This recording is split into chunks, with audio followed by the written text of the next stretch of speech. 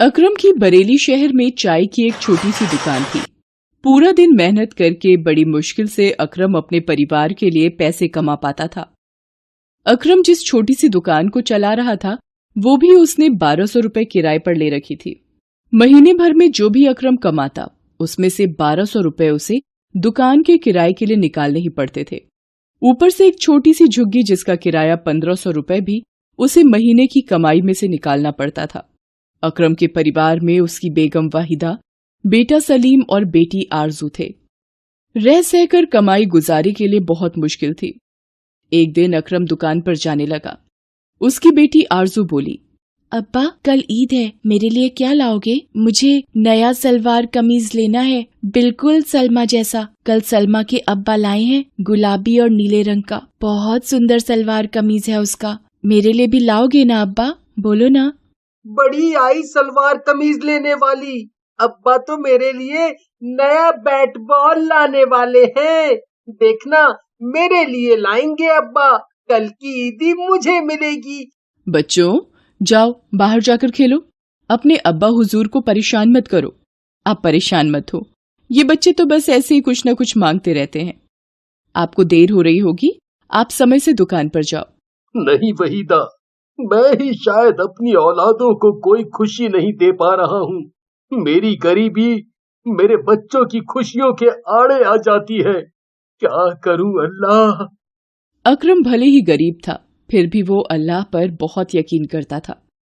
दुकान पर जाते हुए वो रोजाना मस्जिद होते हुए जाता था।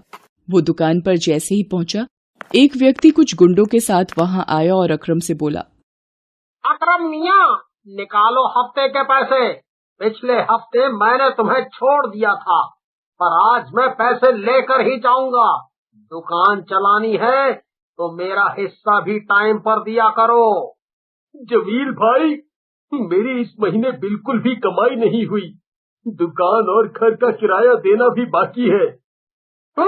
मुझे इस बात से कोई मतलब नहीं, मुझे तो अपने हिस्से से मतलब है। यहाँ बाजार में सभी दुकानदार मुझे अपनी कमाई का हिस्सा देते हैं, तुम्हें भी देना है। परसों ईद है, कल मैं फिर आऊंगा, मेरे रुपए तैयार रखना। जमील अकरम को अगले दिन आने की धमकी देकर चला जाता है। अकरम मायूस होकर घर वापस आ जाता है। पूरी रात वो सोच में रहता है कि अगले दिन जमील आएगा और उसके पास बिल्कुल भी पैसे नहीं थे। जमील एक गुंडा था और अकरम को अपने से ज्यादा अपने परिवार की चिंता थी। वो अल्लाह को याद करता हुआ पूरी रात सोचता रहा। अगले दिन वो दुकान के लिए उठा और जल्दी जल्दी में बिना कुछ बोले घर से निकल गया। वो रोजाना की तरह उस दिन भी मस्जिद में अल्लाह के आगे सिर झुकाकर जाना चाहता था। वो जैसे ही मस्जिद के पास पहुंचा, उसने देखा कि एक औरत जमीन पर बेहोश होकर गिर गई है और एक छोटा बच्चा उसके बराबर में रोने लगा। लोग औरत के नजदीक से होकर गुजरने लगे, पर किसी ने भी औरत और बच्चे की मदद नहीं की। अकरम तेजी से उस औरत के पास गया और बच्चे को उठाकर अकरम ने एक रिक्शे वाले को रोका। अकरम उस औरत और बच्चे को लेकर सीधा अस्पताल पहुंचा। वो डॉक्टर से बोला, डॉक्टर साहब, ये रास्ते में बेहोश होकर गिर गई थी, आप जरा देखिए ना। डॉक्टर औरत का चेकअप करता है और अकरम से कहता है, जी, इनके साथ कौन है? थकान की वजह से इनका बीपी हाई हो गया था, जिसकी वजह से ये चक्कर खाकर गिर गई थी। कुछ दवाइयाँ और इंजेक्शन मैंने दे दिए हैं, अब ये खतरे से बाहर हैं। होश में आते ही आप इन्हें ले जा सकते हैं। औरत को कुछ देर बाद होश आया। उसने देखा कि उसका बच्चा अकरम की गोदी में है। औरत को याद आया कि वो अचानक बेहोश होकर गिर गई थी। उसने डॉक्टर से पूछा, मुझे यहाँ कौन लाया? ये आपको यहाँ लाए हैं। यदि ये आपको यहाँ नहीं लाते तो आपकी जान को खतरा था। आपके बच्चे को भी इन्होंने ही संभाला है। आपका बहुत बहुत शुक्रिया। मेरा नाम सकीना है। आपने आज मेरी जान बचाई, मेरे बच्चे को संभाला। आप जरूर ही खुदा के नेक बंदे हो। जी, ये आपका पर्स जब आप बेहोश हुई थी आपके हाथ से गिर गया था। सकीना पर्स में से मोबाइल निकालकर अपने शौहर को फोन करती है और सारी बात बताती है। ये सुनकर सकीना का शौहर फौरन अस्पताल आ जाता है। सकीना के शौहर को देखकर अकरम हैरान हो जाता है। सकीना का शौहर और कोई नहीं बल्कि जमील होता है, जो अकरम से हफ्ते के पैसे जबरन हड़पने आता था। सकीना जमील को सारी बात बताती है।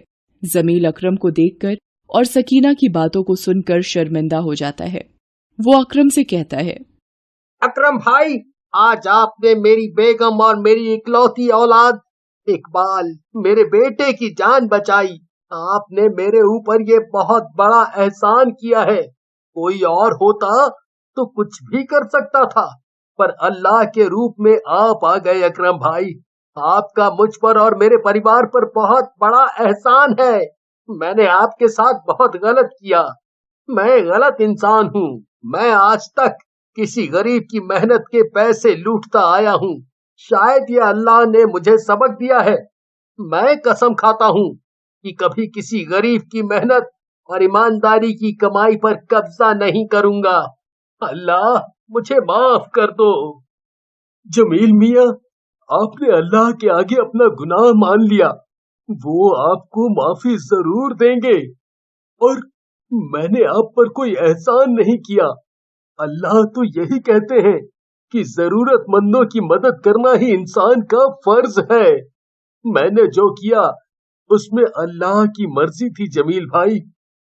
अकरम भाईजान ने हमारी इतनी मदद की है, हमारा भी कुछ फर्ज बनता है।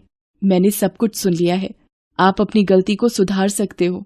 कल ईद है और ईद के पाक दिन पर आप अकरम को उसकी मेहनत के लिए हुए सारे रुपए लौटा दीजिए। आपके गुनाह अल्लाह माफ कर देंगे। जमील अकरम से लिए सारे पैसे लौटा देता है और दोबारा किसी भी गरीब के साथ ऐसा बर्ताव न करने की कसम लेता है। घर आकर अकरम सारी बात अपनी बेगम को बताता है। वो भी अल्लाह का शुक्रिया अदा करती है। अगले दिन अकरम अपने परिवार के साथ खुशी खुशी ईद मनाता है। जमील भी अपने परिवार के साथ अकरम के घर पर ईद पर उपहार और मिठाइयां लेकर आता है।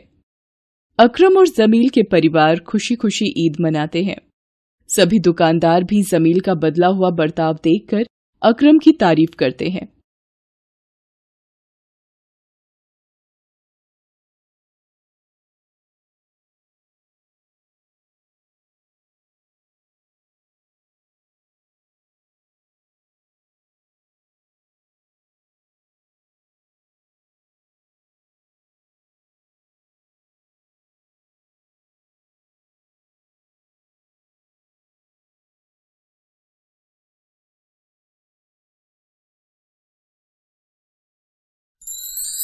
Thanks for watching.